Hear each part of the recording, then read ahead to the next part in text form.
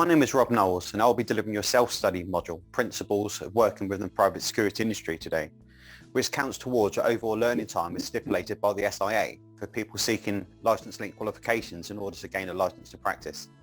This unit is mandatory and it's important that you complete it prior to the course as it replaces what would have been an extra day's training, i.e. due to the stipulated minimum contact hours, the SIA state that this module can be either delivered over 2 days classroom or 1 day classroom with associated self-study. It's also worth noting that this unit, the Principles of Working in the Private Security Industry, is actually a shared common module with some of the other licence-linked qualifications. So if you look at the Working as a Door Supervisor, Security Guard and CCTV, they all share this same module. So what it means is that once you've taken this course and passed it, and then perhaps you want to take another course, you won't need to recomplete this unit. So basically, by completing the self-study, it cuts the DS course down from 7 to 6 days, Security Guard from 5 to 4, and the CCTV from 4 to 3. Now, this module, Principles of Working in the Private Security Industry, which I am moving forward now going to call it PWPSI, just for short. It's a fairly large module, and there's only certain lessons or learning outcomes that can be delivered by self-study, and this is due to the needs for the hands-on demonstrations and kind of face-to-face confirmation of understanding. So the PWPSI lesson has 11 learning outcomes, or 11 lessons in total, and today we're going to be covering 5 of them. These are learning objectives 1, 2, 4, 5 and 11. So 1 is knowing the main characteristics and the purposes of the private security industry. Learning outcome 2 is understand legislation as it applies to the security operative. Learning outcome 4 is understand the importance of safe working practices. Learning outcome 5 is understand the fire procedures in relation to working in the workplace. And 11 is understanding good practice post-incident management. So when we look at the learning outcomes, as I've just said to you, learning outcomes are what you're going to be assessed on.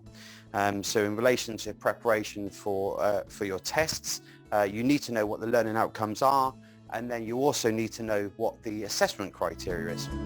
So if you look at the learning outcome, which is the overall kind of objective of the lesson, and for the first one, it's know the main characteristics and purposes of the private security industry.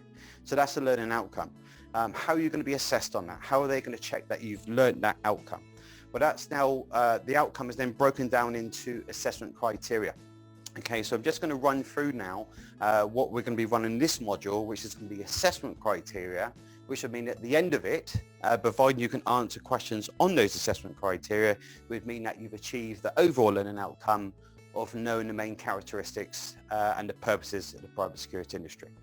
Okay, so what the assessment criteria? So assessment criteria 1, know the main characteristics and identify key purposes of the private security industry.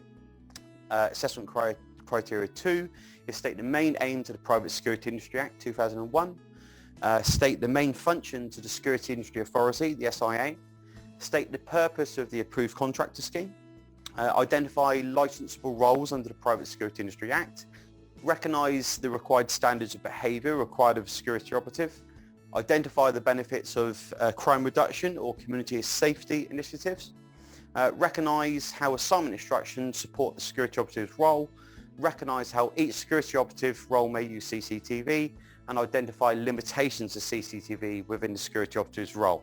So I know there's quite a few there, isn't there? But that's what we're going to run through in this first lesson, which will then cover the learning outcome of know the main characteristics of the private security industry.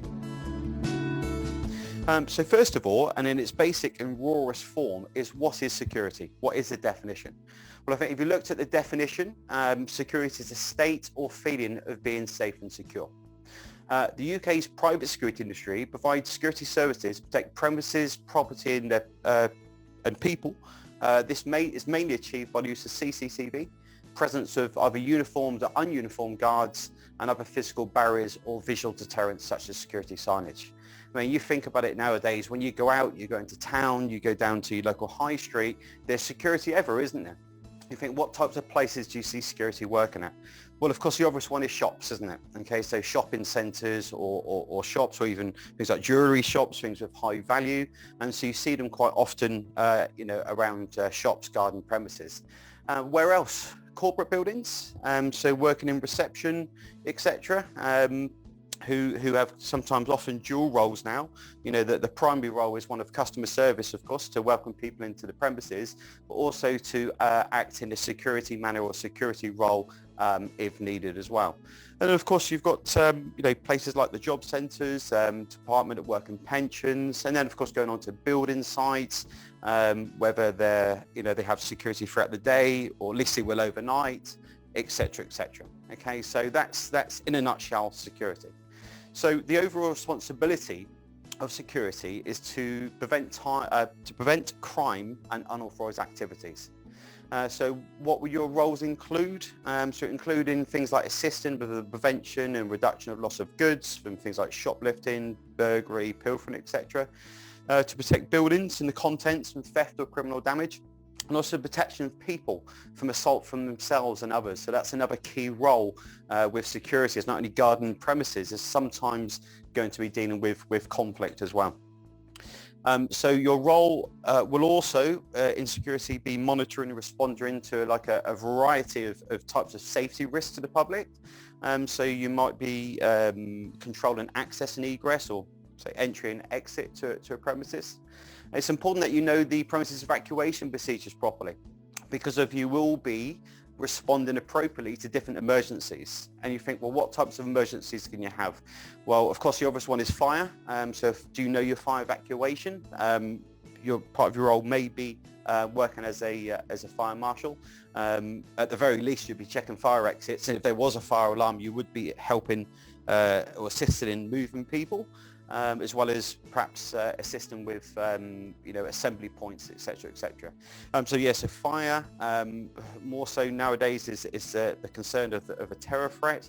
So there are lots of reasons where you may be controlling access and egress, and of course be involved in the health and safety of the normal operation of the premises. You may also be involved in searching. So that's searching people. It could be either as a condition of entry, or potentially to detect theft, depending on where you're working.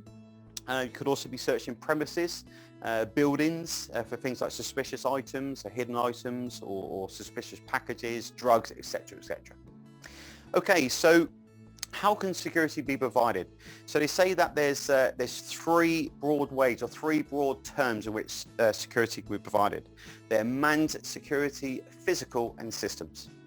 Okay, so let's have a look at manned. So manned security, when there's one or more security operatives working on a site or premises to either provide a deterrent against crime or an immediate response to incidents as they occur.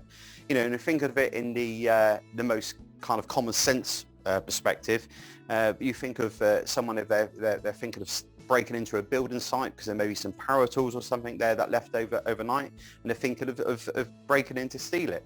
Well, of course, as they do a drive-by and they see a security guard there, or a sign to say the premises is controlled by security, could that make them think twice? Okay, and if it does, which it probably would, that would be, of course, a deterrent. But we also know that sometimes people do it anyway. Okay, so of course that's where the security provide immediate response as well. So manned security is when you've got a physical person, one or more, to act as a deterrent or response to a crime or incident as they occur. Then we've got physical security. Or physical security, if you think of it, it is literally physical security. So things like bars, locks, grills, padlocks, barriers, big fences, etc., etc. They're all classed as physical security. You see quite often lots of physical security shops. As you drive down your high street, you'll see, we do this, we do that, we do locks, bars, grills, key holding, etc., etc.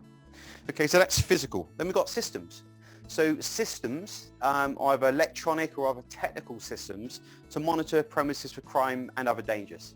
So for example, systems could be intruder alarms, fire detection systems, access control systems, and of course CCTV. Okay, so let's have a look at the next assessment criteria now. That was know the main characteristics and purposes of private security industry. So that's one, box tick. let's now look at the main aims of the PSIA 2001. So the PSIA 2001, or the Private Security Industry Act 2001, was brought in specifically to regulate the UK's private security industry and to help raise the standards of individuals and companies working within it. So if you think of, well, what did we do before 2001? Okay, so security has been around for a long time, but it wasn't regulated. Me myself, I started working the doors back in the late 90s. As a door supervisor, and it was just a simple case of paying £5 for a little badge, and that was it. You could then work in the area. The problem is you went from town to town, you need different badges, different council badges to work in different areas. And what could happen sometimes is that someone could work in a particular borough, they could cause trouble, they could lose their badge, but then of course they can then go to another one. Another area to work that. So of course the SIA and everything stopped that happening, which is good because of course they brought everything under one umbrella. Okay, so pre the SIA there was licensing, but it wasn't as controlled. If you think back to things like nightclubs and pubs, I mean security, who used to run those before the Private Security Industry Act came in? Okay, and what were the potential problems or issues with them? And I think that that most people would know, most door supervisors are tarred with the same brush of what they used to be like. And of course, that was a lot before pre-licensing. So when we look at the aims of the Private Security Industry Act, okay, so it's to raise standards. So it's to raise a standard, it's to increase public confidence and safety. Now, how do they do that? How do they increase public confidence and safety? Well, from the perspective, if a member of the public knows someone's had training and they've had to apply for a license and go through a criminal record check, that they're kind of fit and proper to do the role. So the aim is to remove the criminal elements, is to ensure that people are employed within the industry are fit for purpose for their job roles by establishing, of course, the SIA and SIA licensing. In 2003, the government formed a new corporate body called the Security Industry Authority, otherwise known as the SIA, to do this. So the SIA is an independent, non-departmental body that reports to the Home Office under the terms of the Private Security Industry Act 2001. So when we look at the aims of the SIA, they're going to be the same as the PSIA, would they not? If you think of it, you think of the act of legislation was to regulate, was to raise standards, etc., etc. And as a result of that, the SIA were formed. The SIA would share those same aims, and that's of course to regulate the private security industry effectively, to reduce criminality, to raise standards, etc., and also to recognise those within the industry that provide a quality service. So let's have a look at some of the aims and functions of the SIA, what they actually do. So the Private Security Industry Act 2001, or the PSIA 2001, allows the SIA to protect the public and regulate the security industry by licensing individuals undertaking designated activities. We're going to come back to that soon. Raise standards to manage the approved contractor scheme, otherwise known as ATS, and we'll come back to that soon as well. And to promote business licensing for all regulated security businesses. That's their kind of aim. The other aim of the functions of the SIA is to monitor the activities and the effectiveness of people working within the industry, and that's by doing on-site inspections and updating and improving legislation all the time. To set and approve standards of conduct, training and supervision within the industry. So to produce the SIA standards of behaviour, regulation of training providers and training programs, etc. And of course to keep under review the private security industry and the operation of the legislative framework. And so every 5 years the SIA, they look at the training, they consult with the industry, they're saying, well look, what do you need? Is this enough? Do you need more training? Do you need less training? What do you need training more on? What do you need less on? Etc., etc. And as we are now in 2021, we've just received a massive update from the 1st of April. So, just in short, think of the course before was a 4-day course and it's now gone up to a 6 or a 7-day course, and that's because of there needs to be more training to suit the role. Okay, so I just want to go back slightly now in relation to a couple of points. First of all is the ACS, the approved contractor. Then I want to talk about the individual licensing of designated activities. So another learning outcome, assessment criteria is stating the purpose of the approved contractor scheme. So what is it? So the SIA's approved contractor scheme, or ACS as it's known, was introduced to set operational and performance standards for private security companies. So put simply, companies that they can prove that they've met certain standards can be awarded the approved contractor status. It's not for free, it does cost money. Fair bit, but it could be worth it. And so once companies have met those standards, they can then provide their customers and clients with independent proof of the company's commitment to quality. So an ACS, or an approved contractor status or stamp, is kind of similar to other types of quality management systems. So your British standards, your ISO, etc. So in simple terms, what it means is you've had someone else come into your business, have a look at what you do, ensure you dot all the I's and cross all of the T's. And you think of from a beneficial perspective, if you're an ACS company, are you going to get more work? Not necessarily. Have you got more opportunity to get work? Yes, you have. Why? Well, because you've got that stamp. If you imagine you're a customer and you're looking for security services and you've got two companies and two companies appear on the outside to be exactly the same. One's ACS and one's not. Which one are you going to go for? Now, they're both saying the same thing. So, oh yeah, we do this, we train our staff, we pay them on time, we're going to get this, we're going to do that, we do this. Well, they all say it because they want the business. But which one are you going to trust? More, I should say. And so that's one of the benefits there, of course, of being an ACS, being part of the club. One of the other benefits, the main benefits of being an ACS, is they can actually deploy between 15 and 20% of their staff before their actual license comes through, i.e. applying for what's called a license dispensation notice, or an LDN. Okay, and this is only allowed for companies who've achieved the ACS status.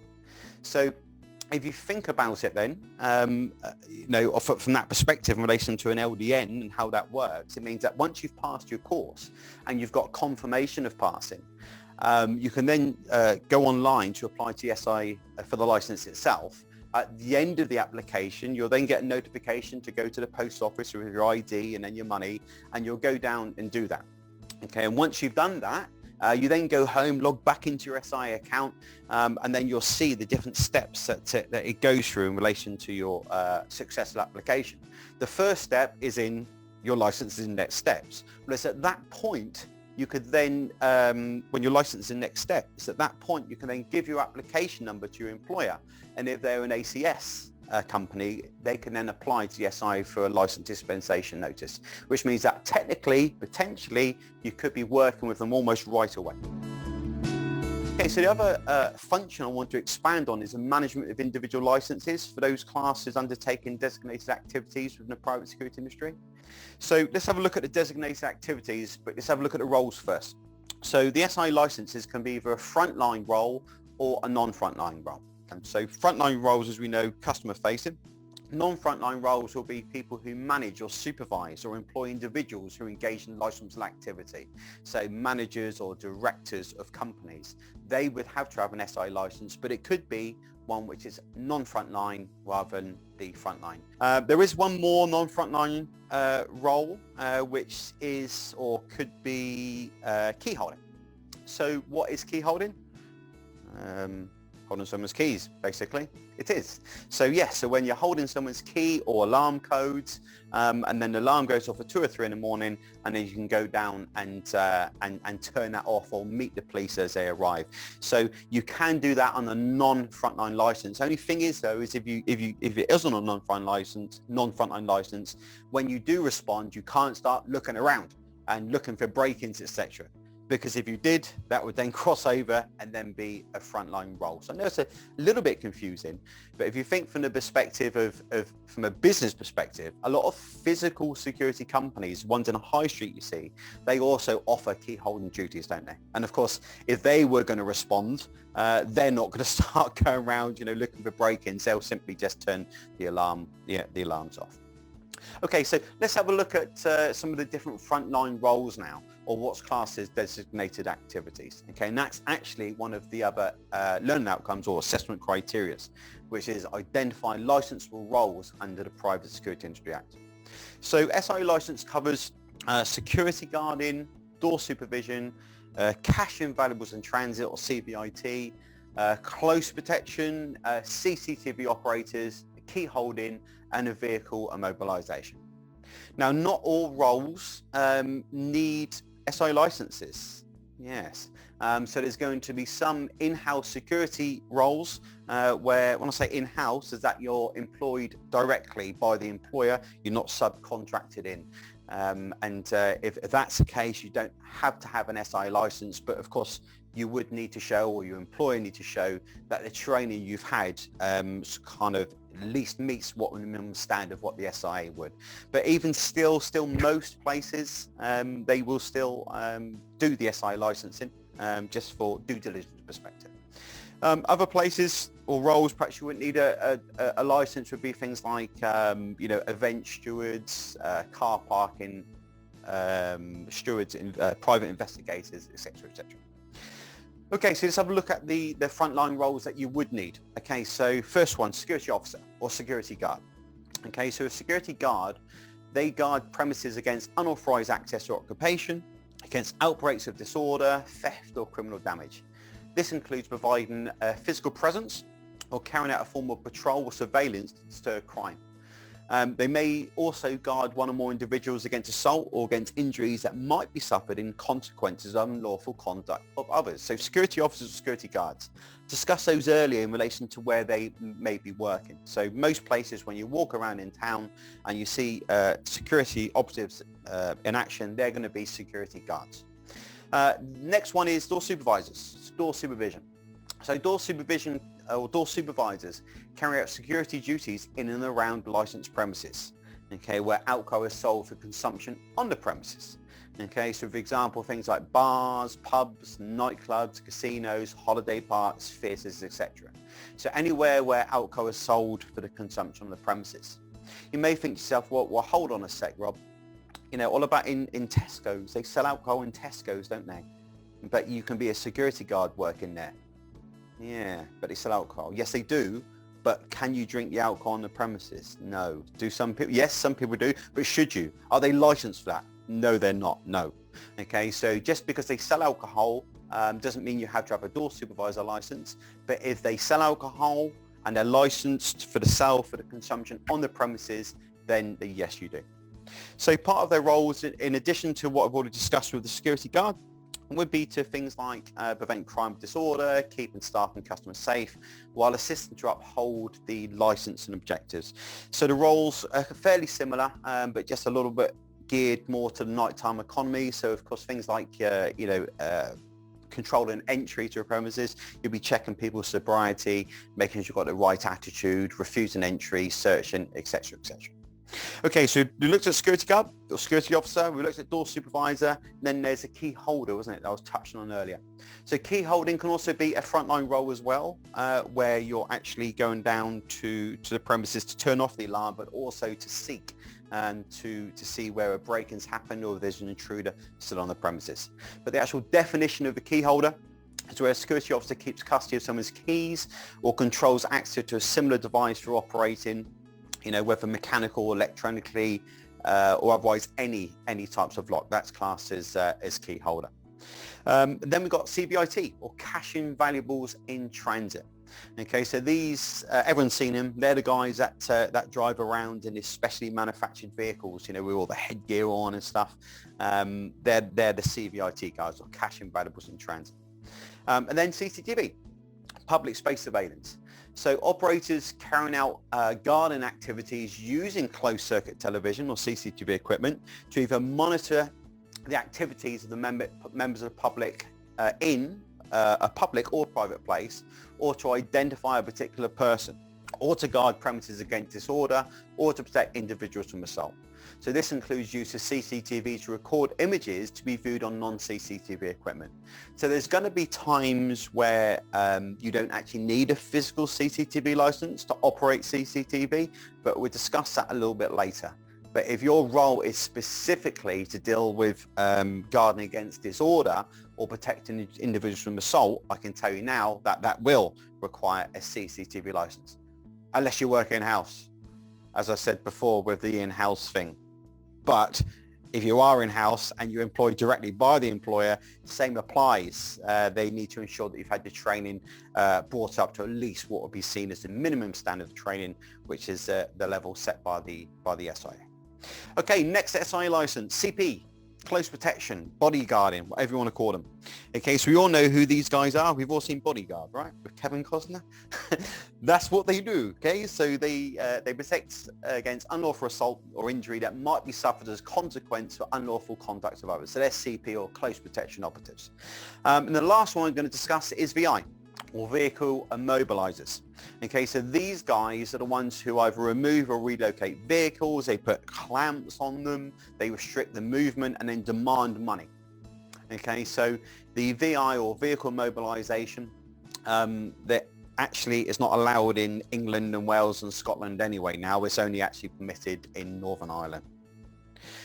Okay, cool. So there are the different types of licenses. So how do you actually obtain a license? Okay, so getting an SI license, well, as you know, you must attend and pass training. You must go through and pass a criminal record. Your identity will be verified. And of course, you'll need to pay a license fee to the SIA, and the actual license itself lasts for 3 years.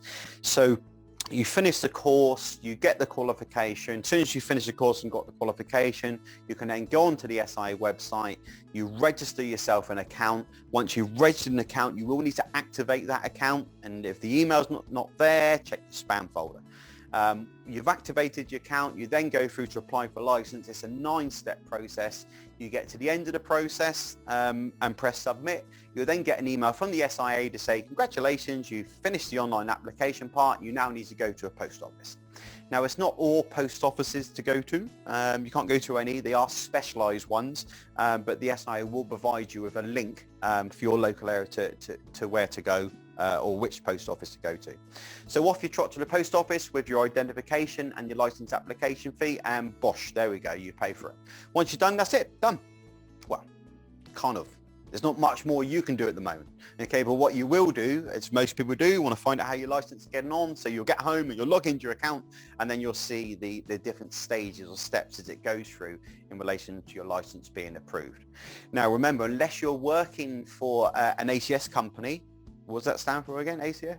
Approved Contractor Scheme or Approved Contractor Status, then you can't work without license. You've got to wait until you physically get a confirmation from the SIA that you have your license. Okay, otherwise it's criminal offence, and fines, you could get a fine of up to £5,000 and or up to 6 months in prison. And it's also a criminal offence for an employer to use an unlicensed security operative. So before we move on, I've just spoken about the different types of SIA licenses. I just want to come back, just talk about the license integration or some of the license integrations. So there's some licenses where you can perform more than one role with that license. Okay, so if you think of the security guard, door supervision or close protection, they could also act as a key holder. So let's have a look at that and what they can do. So security operative can work in or guard a premises, as we've already said, and they can also look after keys. They can do the key holding duties. Door supervisor can do all of the roles of a security officer as well as key holding, and they can also work on licensed premises as well.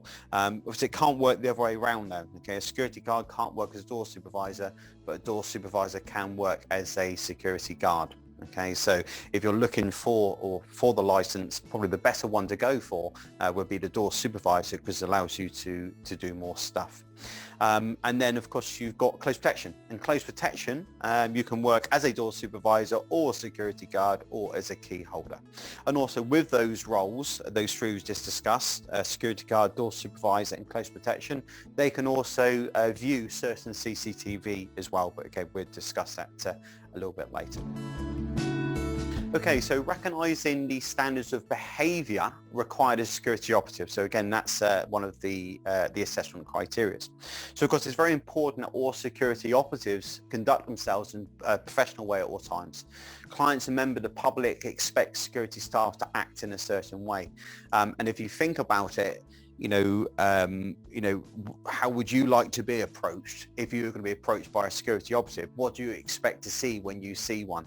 So I think it's kind of quite obvious and common sense, but we just need to run through a few anyway. So staff should always be professional, of course, courteous, alert, approachable, self-disciplined, of course, great communicators, effective problem solvers, honest, fair, observant, smart, cooperative. The list goes on, doesn't it? Okay, so remember, you are customer facing, and quite often you're the first and last person that customer sees. So it's important that you put out a good image. So the SIA's Code of Behaviour has been produced to set, maintain and raise national standard security operatives. It covers 4 main areas, and that's personal appearance, professional attitude and skills, general conduct and company values and standards. So personal appearance, how should you present yourself and how do others view you as authority? Okay, and I know you're thinking, well, people just see you as you, right? You're still you. Are you you? Well, yes, you are, but you're now wearing a security uniform. Does that make any difference? Do people respond to people differently who are in uniform? I think they do. I am just going to show you. I just want you to watch this this short video, which is a demonstration of how people respond to people wearing uniform. But yeah, let's watch this.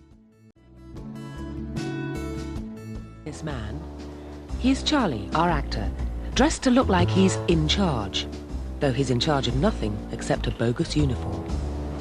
We've brought him to Edmonton in North London, to the shopping centre, to find out exactly how obedient people are. Excuse me, madam, sorry, could I just stop you? You're about to pass between me and the red bench. Could I just ask you to go the other side? Thanks. That's great. Oh, and just beyond the apple, it'd be great. Oh, oh. Thanks very much, madam. These slabs, they keep... I couldn't just ask you to knock it down for me. You're probably heavier than I am. Can you give it a good old jump? Yeah, actually, probably, let me just move that way. Can you just jump, please? Yeah, no, 2-footed probably, best. I couldn't just ask you to litter, could I? To what, sorry? To litter. To litter? Yeah, have you got anything you could possibly quickly litter? Do you use that? It's probably all right. Okay. Yeah, could you just litter for me, please, sir? Just twice would be great. Kick it away, otherwise it won't. That's it. Give it a kick. Couldn't ask you just to pop that in your other hand, could I? Thanks, that's excellent. Could I ask you to lead with your left? Yes? And just slowly, really, basically. It's a simple experiment, but amazingly it works. Out of uniform, though, it's a different story. Oh, sir, could I just ask you to switch bags with your hands? Just... You couldn't just go and just touch that brick? No? But with the uniform, 70% of people follow Charlie's bizarre instructions to the letter. Oh, fine. Give it one more, actually. The wind's a bit weak. That's it. You've got my dental records here. That's proof enough that this is quality sweet corn. Bit harder, please, sir. He's in uniform. Stop the bag. So they obey. Slowly.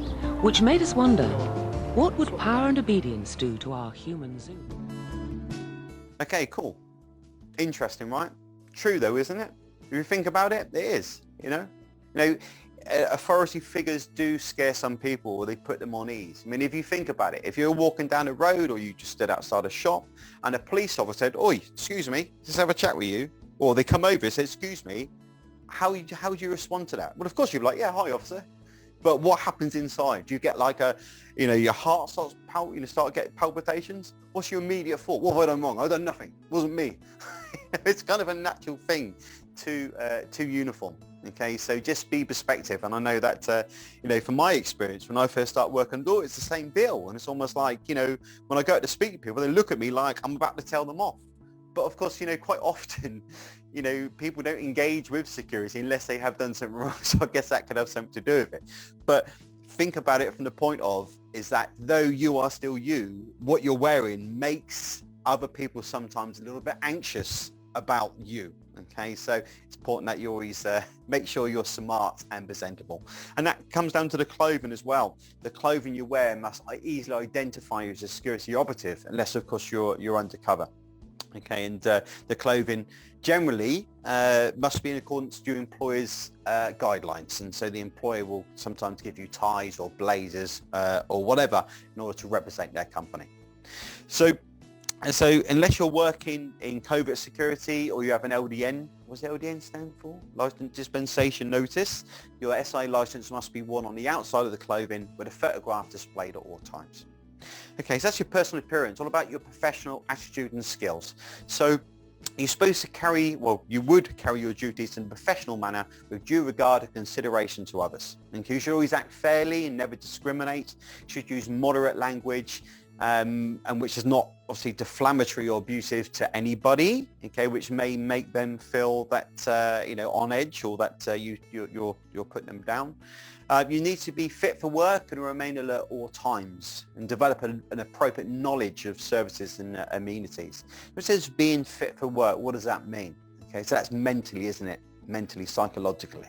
Especially for those who work as door supervisors, in the day you may have another job and you may have had a really hard day, and of course then you go onto the door at night, and then what happens is you start bringing some of that attitude with you. Yes, and so ideally before your shift, whatever security shift you're doing, you should take half an hour out just to chill and get yourself prepared for the actual role.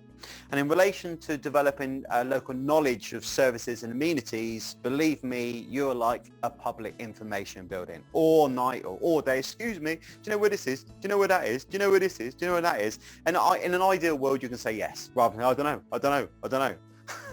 So develop that knowledge. Okay, your general conduct. So whilst on duty, of course, remain alert and behave professionally, report all incidents to management, always cooperate with other agencies such as the police, local authorities, SIA and other statutory agencies, kind of common sense really. What about things like, attempt or accepting bribes? When can we do that? Never. Not even at Christmas or on New Year's, no. So you should never solicit or accept any bribes or any consideration from any person. Don't drink alcohol or be under the influence of drugs or alcohol. Say that's not never, but when you're on shift and or in a lunchtime, I have known people before who've had a couple of drinks in lunchtime, which of course you cannot do. You should never display any preferential treatment or abuse your position of authority. Never carry any weapons or any threatened objects that may concern people. And of course, always adhere to your employer's company values and standards. So be perspective all of the time of their culture and value, and contribute to the goals and objectives of the employing organisation and company which you work for. Okay, so let's have a look at the next assessment criteria, which is community safety initiatives or crime reduction initiatives. So what are they? Well, give me some examples of them. So things like neighbourhood watch, local and national pub or town watch schemes, crime stoppers, police liaison officers, community links. So they're kind of initiatives or ideas that are set up that aren't the police, but they help to reduce crime in a particular area. So the purpose is either to stop or reduce crime, public disorder or reoffending, antisocial behaviour, substance misuse, criminal damage, vandalism, etc., etc. So the benefits of linking with them is because, of course, it then improves the physical security of vulnerable areas, improves the environment itself, and removes the means for opportunities for crime to be even committed in the first place. So let's have a look at some examples. If you had a community safety or a crime reduction initiative meeting, what could be implemented, which is going to improve the security. So things like improving visibility of particular areas with extra lighting, use of signs like neighbourhood watch signs, you're on CCTV, etc. Obviously it's a deterrent. Controlling access to certain areas at specific times, and of course the use of CCTV and communications between various organisations regarding certain incidents. Being on the BOB list, barring one person from one place, and of course he's barred from that place, he becomes barred from another. How do you let that next bar know? Well, of course, there's the town link, and again, that's set up. It's non-police, but it helps reduce crime. So, of course, another benefit of working alongside the community initiatives is to strengthen a relationship between security operatives, the police and other relevant authorities. Now, I don't know whether you're doing this course for the first time or used to work back in the old days, but back in those days, security operatives didn't always have the best relationship with police. I remember many times whenever incidents and the police would be called, when they'd come down to arrest us, the door supervisors would get arrested, because of someone said, oh, we've assaulted them, etc., etc. Whereas, of course, nowadays, and it has been for some time now we've got a better working relationship with the police, is that the police come down and 99% of the time would, of course, arrest the service user, not the door supervisor. The next assessment criteria, which is recognising how assignment instructions support the SO or security operative's role. So what are assignment instructions? So in brief, assignment instructions, they're a contractual agreement between the client and the security company that contains confidential operating procedures that you, me, us, the security operative must read and understand and agree to or before starting each shift. So AIs, they must be followed at all times, and of course they assist us or security operatives to act in accordance with the law, company policies, as well as the client instructions. Okay, something to consider though, they are confidential documents. Okay, they must be kept secure. Okay, so what will likely happen when you start on your first shift, they'll give you time that you'll read through the assignment instructions, understand them, and then you'll sign at the bottom. Okay, so what could be in them? What's a standard set of instructions that are contained within assignment instructions? Okay, so it can include anything from duty times, site plans, site risks, location of the high-value property within the organisation, any areas of vulnerability, patrol times and routes, access and egress procedures, search procedures, report procedures, health and safety issues, first aid procedures, methods of calling emergency services, important contact numbers, emergency evacuation. Okay, the list goes on, isn't it? Okay, so pretty much it's an A to Z of what you should be doing when you're working on that premises and how to do it. Okay, and of course what that does is ensure a smooth operation for the organisation, because if they don't tell you what to do in certain situations, what would you do? Use your initiative, and that may not be the right thing to do or what the company wants you to do. So a way around that is to say, okay, if you don't want me to use my initiatives, you tell me what to do. And they're like, okay, we'll put them in the assignment instructions. So assignment instructions, very important, very confidential. One of the assessment criteria is recognise how each security operative may use CCTV. So first of all, what is CCTV? So in short or in basic, it's a CCTV is a closed circuit television system. It's a fixed communication link between a camera and a monitor. So systems are surveillance systems that use cameras to send live signal images to monitors in specific locations, normally a control room or a security office. So what you could have is, of course, CCTV cameras all around the country, all being monitored by one control room with lots of different controllers. So the control rooms provide the facility to, of course, monitor the live images or the stream when it happens. They can record to view them later, call the police, etc., etc. So your most likely CCTV systems around things like your shops, your banks, your high streets, and of course they're intended to help deter and detect crime disorder. There is different types, of course, lots of different types of CCTV systems. So you've got analog or digital. Digital is obviously more to date than video. So quite often you'll either have like a DVR or an NVR, which is the digital recording system, where the images or the recordings will be stored. And to control them, quite often you either use like a joypad or a joystick to move around, zoom in, zoom out. Let's have a look now about the types of licenses you would require, or the times that you can view CCTV on other licenses. So the first question you need to ask yourself is, does your job involve working in relation to a contract with a customer or not? I.e., is it not in-house? Remember what I was saying about the in-house stuff. Okay, so If it's not and you are working in-house, then of course, in which case you don't need an SIA license at all, but you do need to have training still.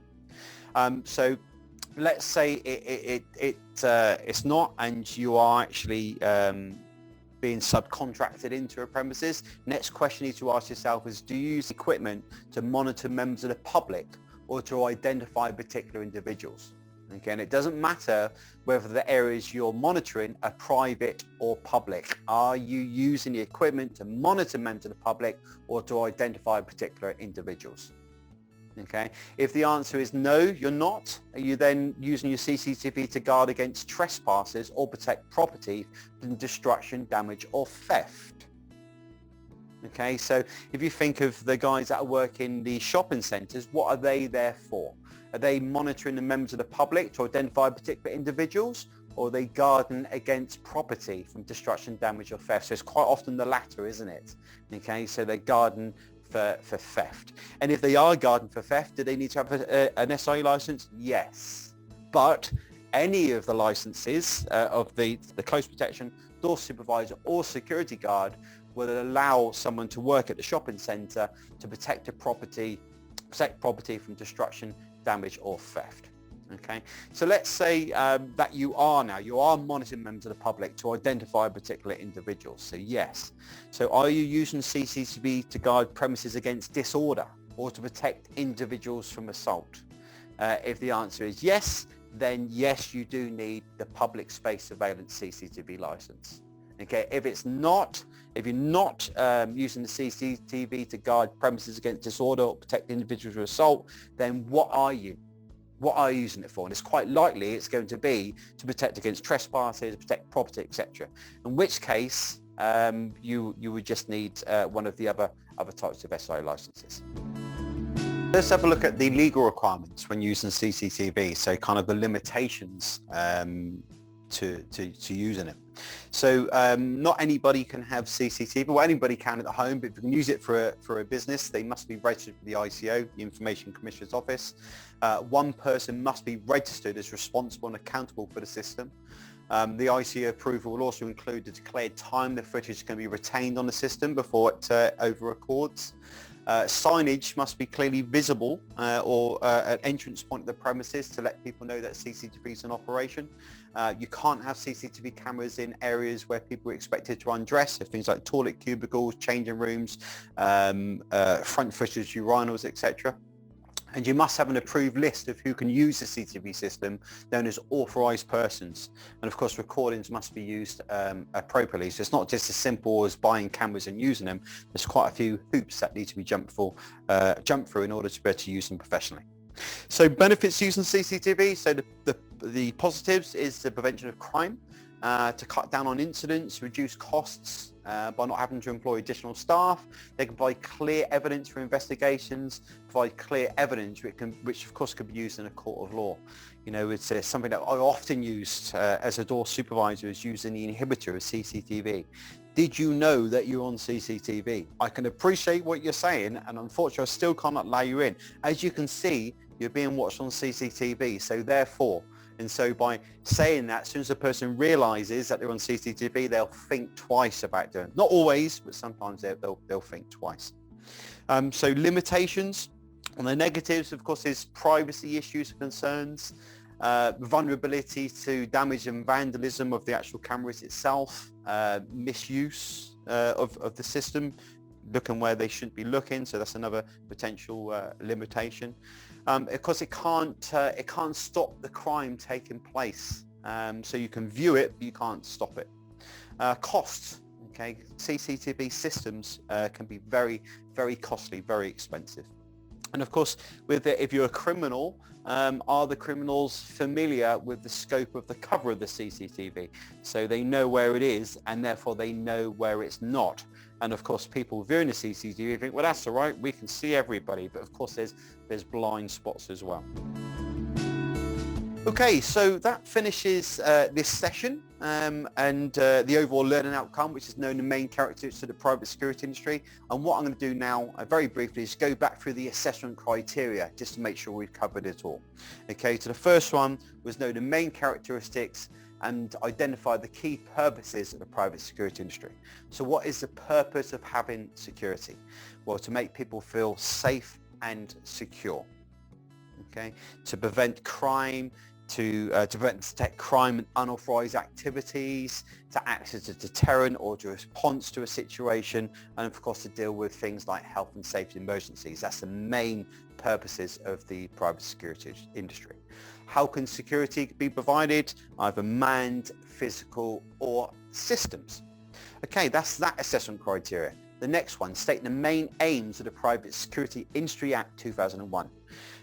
To protect the public, to make the public feel more confident, to regulate the industry, to remove the criminal elements, etc. So it's all about raising standards. State the aims and the functions of the SIA. Well, of course, the aims, they've got the same aim as the Private Security Industry Act 2001. The functions, what does the SIA do? Okay, so as well as things like monitor the industry, do inspections, etc., they've got the two main functions that we discussed, which is the ACS or Approved Contractor status and licensing individuals. So that's the next assessment criteria, which is stating the main purpose of the ACS, the Approved Contractor Scheme. So the main purpose is for companies that have met certain standards, can apply for approval to say that they're extra special, they've dotted the I's and crossed the T's, etc., etc. And it means one of the key benefits, they can have between 15 and 20% of the staff working on an LDN, a license dispensation notice. The next assessment criteria is identifying the different roles under the Private Security Industry Act. Right, so we had security guardian, we had door supervisor, we have CCTV public space surveillance, we have key holder, we have vehicle immobilizer, and we have cash and valuables in transit. There we go. That's the license and the licensable roles. Recognise standards of behaviour. The next one, recognise standards of behaviour required as a security operative. Also remember that was also to do with personal appearance, general conduct, attitude and skills, etc. So always act professionally, always look clean shaven, looking like you're interested in doing the job, and of course have customer service all of the time. Yes, kind of quite obvious, really. Okay, so the next assessment criteria was about identify the benefits of crime reduction or community safety initiatives. Do you remember what these were? Neighbourhood Watch, Crime Stoppers, Town Watch, etc., etc. Think of the benefits of linking with them. Well, benefits of linking and working with them is to reduce crime or stop crime in a particular area. Of course, to develop a better relationship with the local authorities. Then there's recognise how each security operative may use CCTV.